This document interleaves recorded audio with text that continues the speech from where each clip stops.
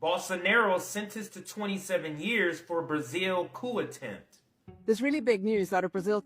Former President Jair Bolsonaro was convicted on an attempted coup. Anna, what was the verdict? Brazil's Supreme Court decided to convict Bolsonaro and some of his closest allies. He is facing decades in prison. This is kind of the final chapter of a very long process and has been a really, really intense moment for Brazil.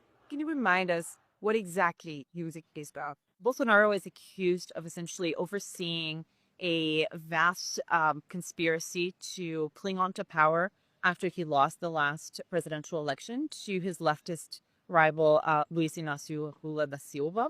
What prosecutors have said is that plans also included an attempt to recruit military leaders to help stage a potential coup. Now, one of the most kind of shocking parts of the plot is a plan to assassinate Lula, his running mate, and the Supreme Court justice who was overseeing this case. The plan fell apart when the military top brass declined to participate. The conviction of the former president and members of the military high command, including 3 4-star generals and a fleet admiral, is a historic event in Brazil, in a country that lived through 2 decades under brutal military dictatorship from 1964 to 1985.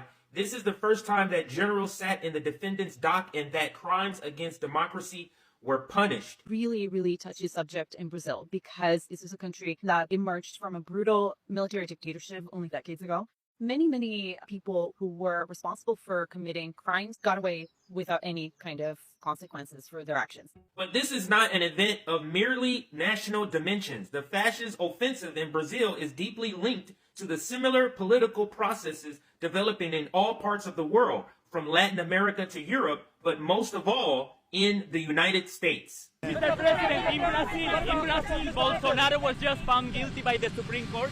You've been very clear that you would apply sanctions. Are you thinking further sanctions to Brazil because of this Bolsonaro? Well, I watched that trial. I know him pretty well. Foreign leader. I thought he was a good president of Brazil. And it's very surprising that that could happen. That's very much like they tried to do with me, but they didn't get away with it at all. Bolsonaro's conviction has become, in fact, a battle horse for new attacks against Brazilian democracy by the same forces that promoted January 8th in 2023. The criminal conviction of U.S. imperialism in the context of its violent escalation against all Latin America is not a minor factor driving this process. After imposing 50% tariffs, openly